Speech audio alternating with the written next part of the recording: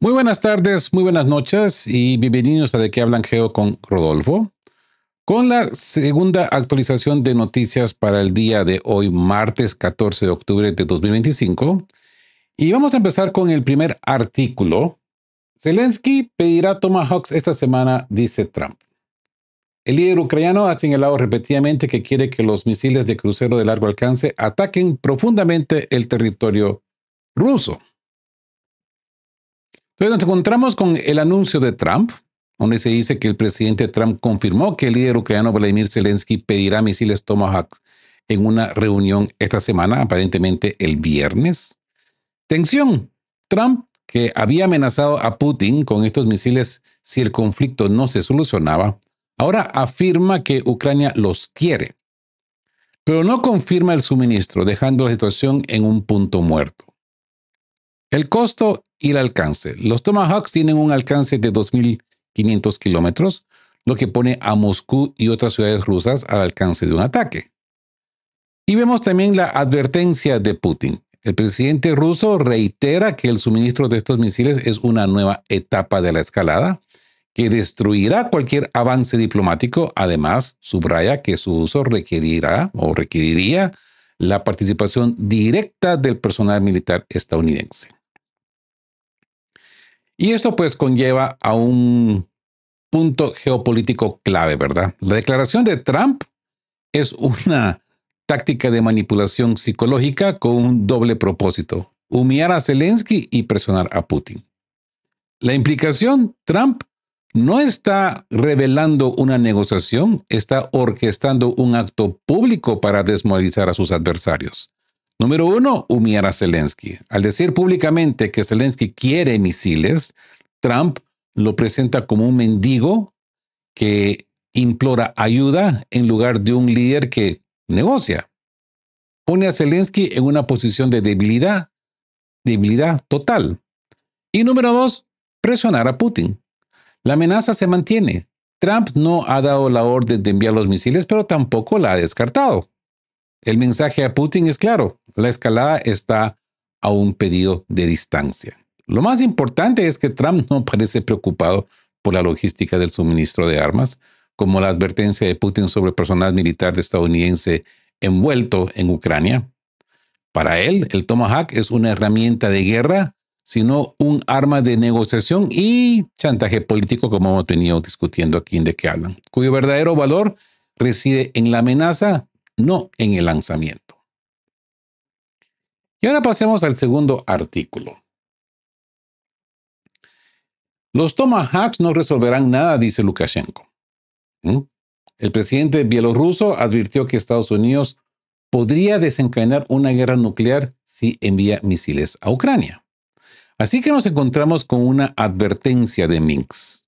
El presidente bielorruso Alexander Lukashenko advierte que el envío de misiles Tomahawk a Ucrania escalaría la situación hacia una guerra nuclear.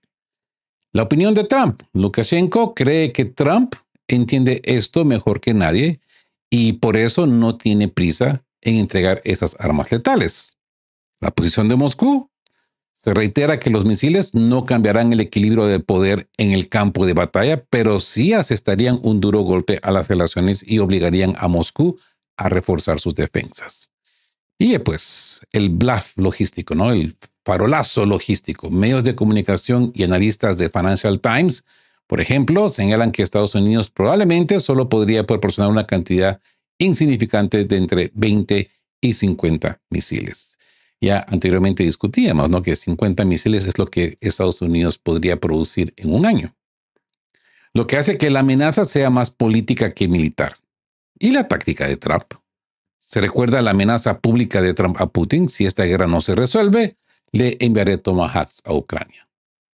Y hablemos del punto geopolítico clave. Lukashenko está confirmando la narrativa de la escalada controlada que Moscú y sus aliados están vendiendo. El Tomahawk es la línea roja final, que convierte el conflicto en un riesgo existencial. La implicación: Bielorrusia, al ser aliado más cercano a la línea del frente, tiene el interés de aumentar el pánico sobre el riesgo nuclear para frenar la decisión de Trump. Y aquí nos encontramos. Legitimación de Trump. Al decir que Trump entiende esto mejor que nadie, Lukashenko está ayudando a legitimar la postura de paz por chantaje de Trump, amenaza con guerra para forzar la paz, dándole espacio político para no enviar los misiles sin parecer débil ante Zelensky.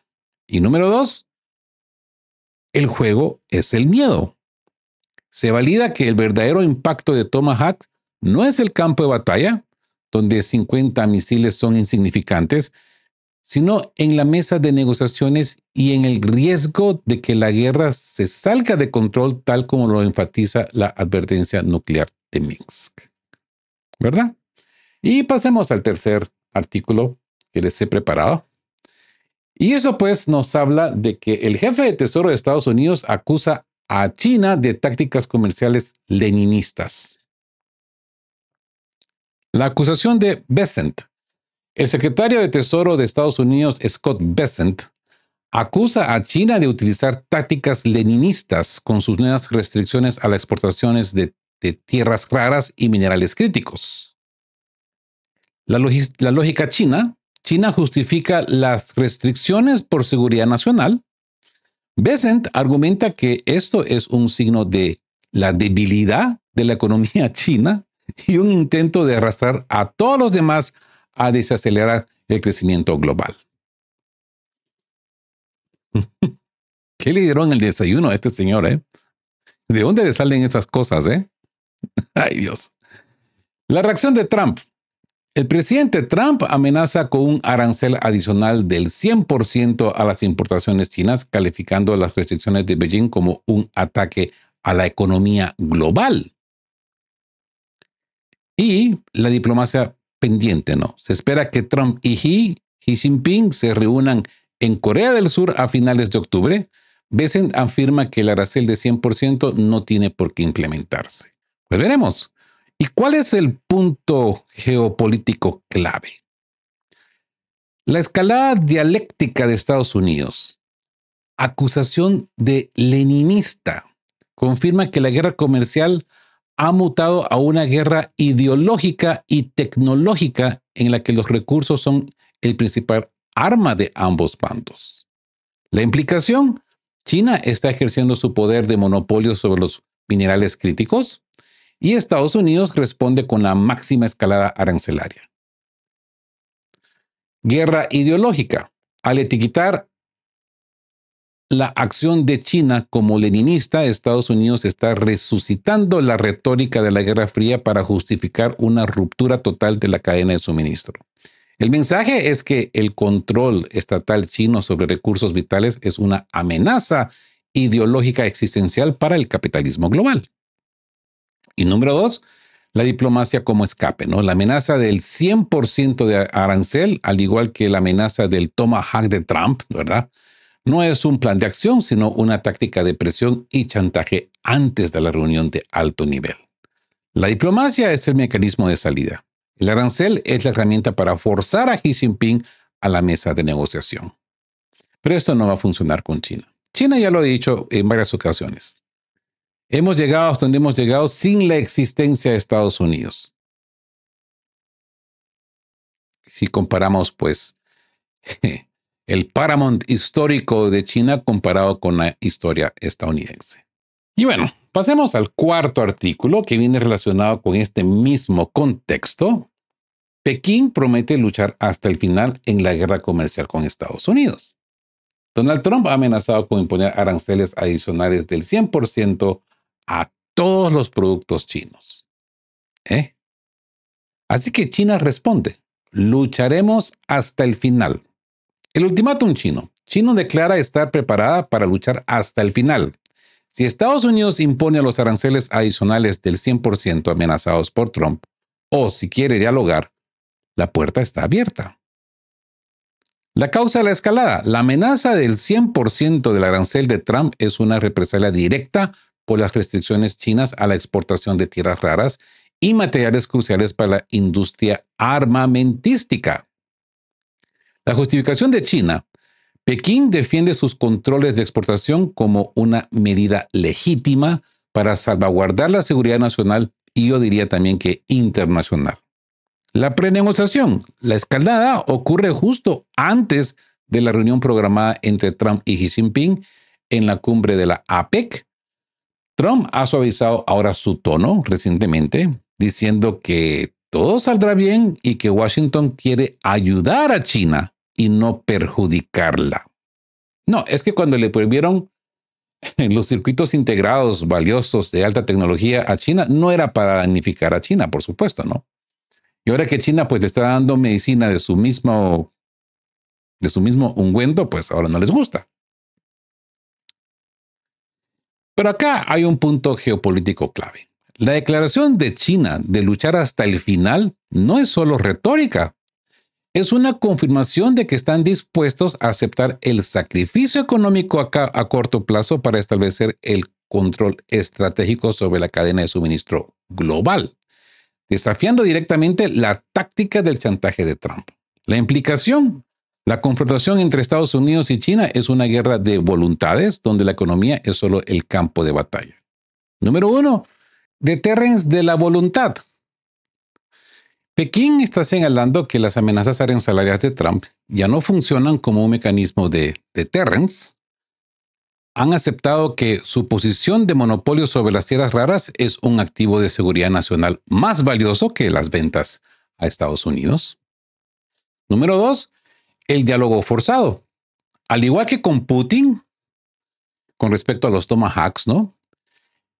Trump utiliza la máxima amenaza, 100% de aranceles, para forzar a una negociación en sus términos. China responde con un ultimátum espejo: negocia ahora o enfrentémonos a la destrucción económica mutua. A la destrucción económica mutua. La cumbre APEC, de la APS, será el escenario para ver qué voluntad se quiebra primero.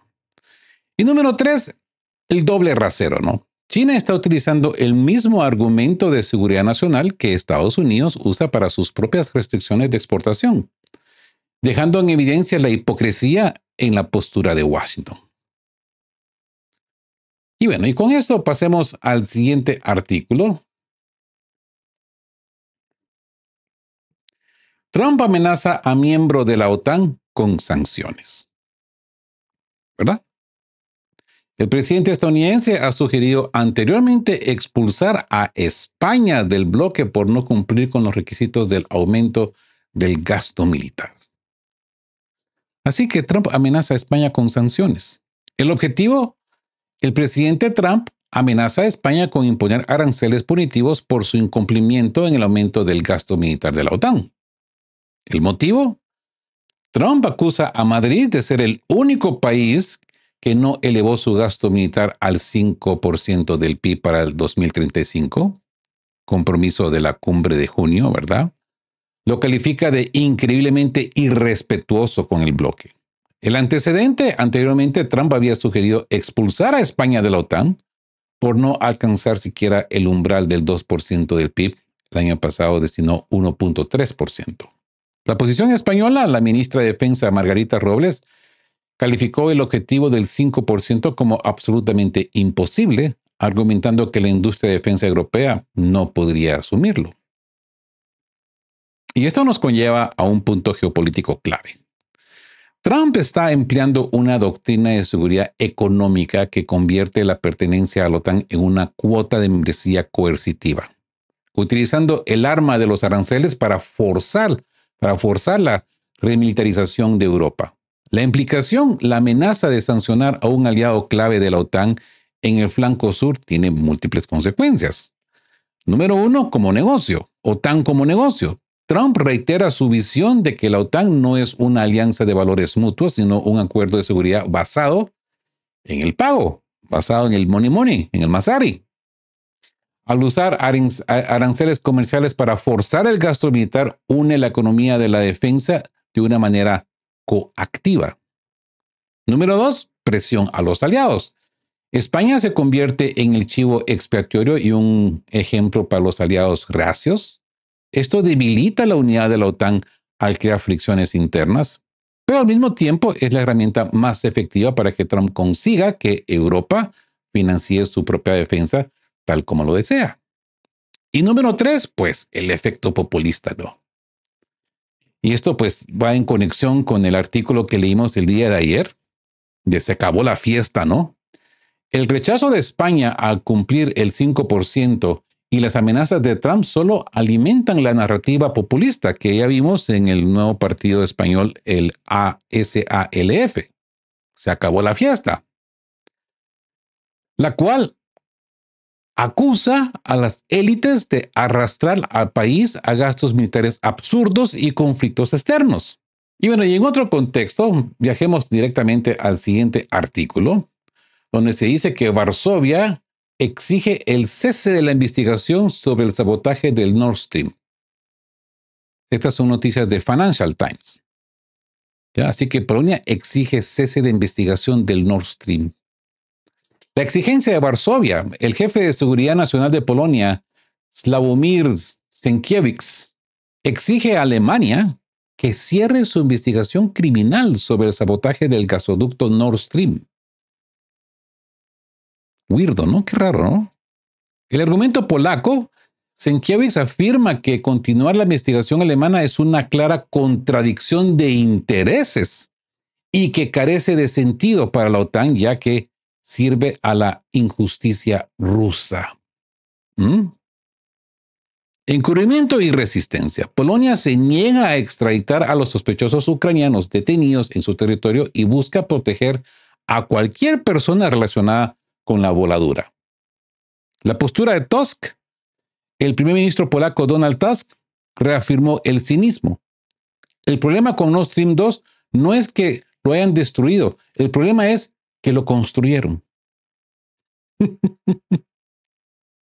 Antecedentes.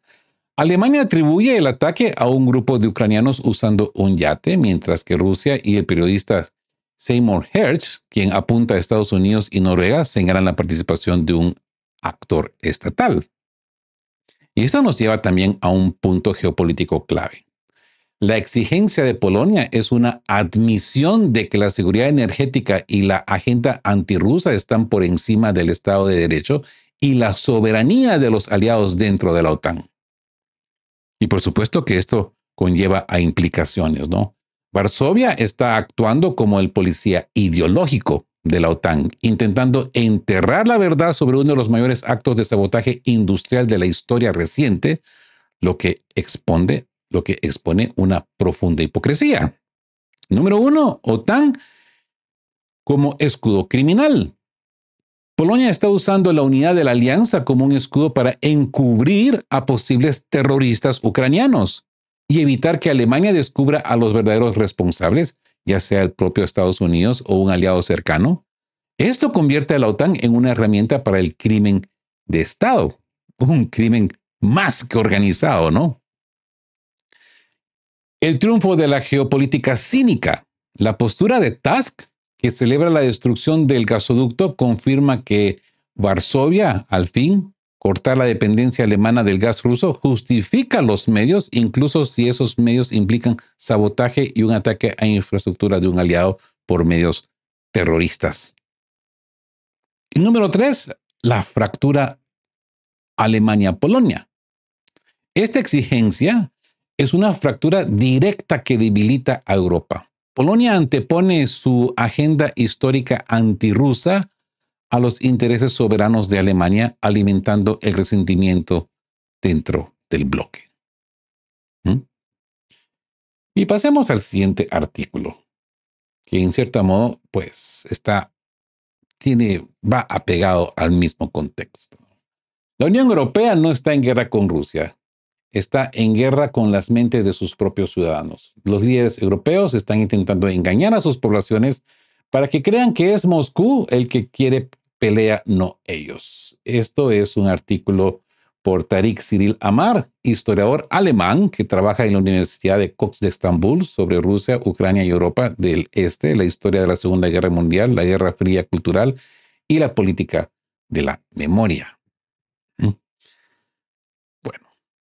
El artículo es bien largo. Yo les recomiendo que si tienen el tiempo, pues lo lean porque tiene muy buenas citaciones. Tiene bastante bastante contexto histórico y actual, ¿ya? Así que me he tomado la delicadeza de, pues, solo sustraer los puntos principales, ¿no? De este artículo. Y yo diría, pues, que la tesis central, el historiador Tariq Cyril Amar argumenta que la Unión Europea no está en guerra con Rusia, sino en una guerra cognitiva contra las mentes de sus propios ciudadanos. La táctica habla de que los líderes europeos están usando un gran pánico fabricado en el miedo a los drones, los supuestos ataques aéreos, las incursiones en el espacio aéreo, para justificar la remilitarización y el aumento de la austeridad. La manipulación, las historias de los drones, la incursión en Estonia y el ataque al avión de Ursula von der Leyen han sido desmentidas o exageradas. El autor señala que incluso la versión oficial sobre el sabotaje de Nord Stream, lo que hemos leído anteriormente, admite que Ucrania, un aliado, es capaz de realizar operaciones de sabotaje y mentir. El objetivo final, la campaña de miedo, es buscar crear una situación de tensión para suspender derechos civiles, imponer el servicio militar obligatorio y, de manera crucial, posponer o influir en elecciones, deteniendo así el ascenso de partidos populistas. ¿Verdad? El método, los guerreros cognitivos de la OTAN no solo buscan manipular lo que la gente piensa, sino explotar las vulnerabilidades de la mente humana para influir en la forma en que la gente piensa. Y esto, por supuesto, que lleva a un punto geopolítico clave. Este artículo, yo diría que proporciona el hilo conductor que conecta y explica la lógica detrás de los artículos anteriores que hemos venido leyendo, desde la remilitarización de Europa hasta las fracturas dentro de la OTAN. La implicación, la guerra cognitiva, no es una teoría de conspiración, es una estrategia documentada que busca la obediencia de la población para fines geopolíticos. Número uno, la explicación del Nord Stream, ¿no? Se confirma que la exigencia de Polonia de detener la investigación, como lo hemos leído en el artículo anterior, es parte del encubrimiento de un aliado que atacó a otro aliado, lo que demuestra la disposición de sacrificar la verdad por la agenda antirrusa. Número dos, la lógica de la remilitarización. La guerra cognitiva es la explicación de por qué los líderes europeos están dispuestos a ignorar la realidad económica, la imposibilidad de alcanzar el 5% del PIB, como lo explica España, y presionar a sus propias industrias y poblaciones para que se remilitaricen a un ritmo alarmante, y el miedo es el motor de todo. Número tres, la respuesta al populismo. La creación de una situación de tensión es la respuesta definitiva de las élites a la amenaza populista. Como lo explicamos el día de ayer, la de Alice Pérez, el artículo número 8 del día de ayer, la sesión pasada. Si no pueden ganar las elecciones, pueden intentar controlarlas o posponerlas, demostrando que la democracia es un lujo que se suspende en tiempos de emergencia. Y pues vimos lo que sucedió, lo que está sucediendo en Georgia, pues pasó en Moldovia, pues sucedió en Rumania. Y bueno, consecuentemente, esto nos lleva al siguiente artículo, donde se nos dice, pues, de que la CPI no representa un mundo multipolar, según un experto legal. Arnaud de Bellay ha afirmado que la Corte Penal Internacional y las Naciones Unidas en su conjunto se están volviendo obsoletas. La tesis legal. El experto francés en Derecho Internacional, Arnaud de Bellay, argumenta que la Corte Penal Internacional, la CPI, otros organismos de la ONU, como la OEA, la OSCE, son obsoletos y no representativos del mundo multipolar emergente. La acusación de Bellay afirma que estas instituciones están sufriendo una militarización y un sesgo político, convirtiéndose en instrumentos internacionales neutrales solo en apariencia. Ejemplos del sesgo, él señala a la CPI por su justicia selectiva. citando la retirada de Burkina Faso, Mali y Níger por su silencio ante crímenes. La OEA por hacerse el tonto al negarse a nombrar a Ucrania como responsable del bombardeo de la planta nuclear de Zaporizhia y todas las tonteras que hicieron en Irán y la consecuencia que vimos en esa guerra de los 12 días. El verbo clave, estas instituciones no tienen en cuenta la multipolaridad que se hace cada vez más evidente para todos. Y esto, por supuesto, que lleva a un punto geopolítico clave.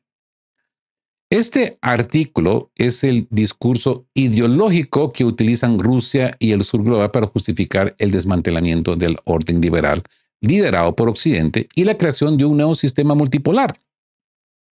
La implicación, la pérdida de la credibilidad de la CPI es un síntoma de que la ley internacional tal como la conocemos está siendo desafiada. Número 1, el ataque a la legitimidad. El experto está legitimando la idea de que cualquier sanción o acción legal proveniente de la CPI es meramente una herramienta política occidental. Esto da una base ideológica a países como Rusia para ignorar sus decisiones y de paso desincentiva a países africanos y asiáticos a cooperar. Número 2, la multipolaridad legal. La retirada de 3 países africanos de la CPI es una prueba de que la multipolaridad no solo es una teoría económica, BRICS, sino un movimiento legal y diplomático en el que el sur global rechaza los estándares de justicia selectiva impuestos desde La Haya. Y número 3, la conexión con la guerra cognitiva. El sesgo de las organizaciones internacionales, la OEA, protegiendo a Ucrania y colaborando con ciertos países contra Irán, es otra forma de la guerra cognitiva. No solo se manipula la opinión pública, sino que se manipula la verdad legal y científica para favorecer una narrativa geopolítica específica, ¿verdad? Y bueno, y para cerrar este segmento de noticias, pues Rusia está lista para la solución del problema de Ucrania, dice el Kremlin. El Kremlin está listo para la paz. La declaración del Kremlin. El portavoz presidencial Dmitry Peskov afirma que Rusia está lista para una solución pacífica del conflicto en Ucrania. La acusación, Peskov acusa a Ucrania y a sus aliados occidentales, en particular en respuesta a un comentario de Emmanuel Macron, para variar, de rechazar todas las propuestas y de ser la razón por la que la operación militar continúa. La paz de Trump. Rusia dice que aprecia los esfuerzos diplomáticos de Trump para resolver el conflicto pacíficamente y espera que su influencia anime a Ucrania a ser más proactiva y estar más preparada para el proceso de paz. Y aquí nos encontramos con un punto geopolítico clave. La declaración de Peskov no es una oferta de paz real, sino una maniobra diplomática calculada para exponer las divisiones entre los líderes europeos y al mismo tiempo legitimar la postura de Trump. La implicación, Moscú está enviando un mensaje directo a Europa y al mundo. Número 1, la división en Europa. Al responder directamente a Macron, Peskov está señalando a los líderes europeos que están presionando por una escalada en lugar de la paz. Esto contrasta la supuesta unidad de la OTAN. Número 2, la legitimación de Trump. Rusia está reforzando la narrativa de que Trump es el único actor legítimo y serio para la paz. Al elogiar a sus habilidades diplomáticas, el Kremlin lo empodera en su negociación con Zelensky, ¿no? Y número 3, el juego de la culpa. Peskov está colocando toda la culpa del estancamiento en Kiev y Occidente, argumentando que si la guerra continúa es porque no hay alternativa a la fuerza. Esto proporciona un pretexto moral para la continuación del conflicto y para cualquier escalada futura. Y así que nos encontramos con el círculo del cinismo y la paz forzada, ¿verdad?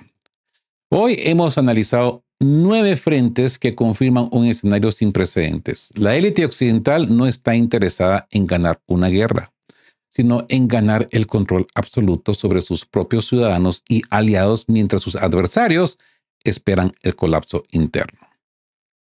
La escalada como herramienta de negociación. El Tomahawk, como lo leímos en el primer y segundo artículo, y el arancel del 100% de Trump, en los artículos 3 y 4, no son planes de ataque, sino tácticas de deterrence y chantaje, llevadas al extremo. Trump utiliza la amenaza de la guerra total contra Rusia y la guerra económica total contra China para forzar negociaciones en sus propios términos. La puerta de diálogo está abierta, como lo afirma el último artículo, las palabras de Peskov, pero solo si se acepta la presión máxima de Estados Unidos. Y número 2, la guerra contra el ciudadano. La agenda de la OTAN en Europa se sostiene en una guerra cognitiva. Los líderes europeos están fabricando un pánico de drones y amenazas rusas para justificar la remilitarización y, peor aún, para crear una situación de tensión que les permita suspender derechos civiles o manipular elecciones y detener el ascenso populista. El cinismo expuesto. La hipocresía es total.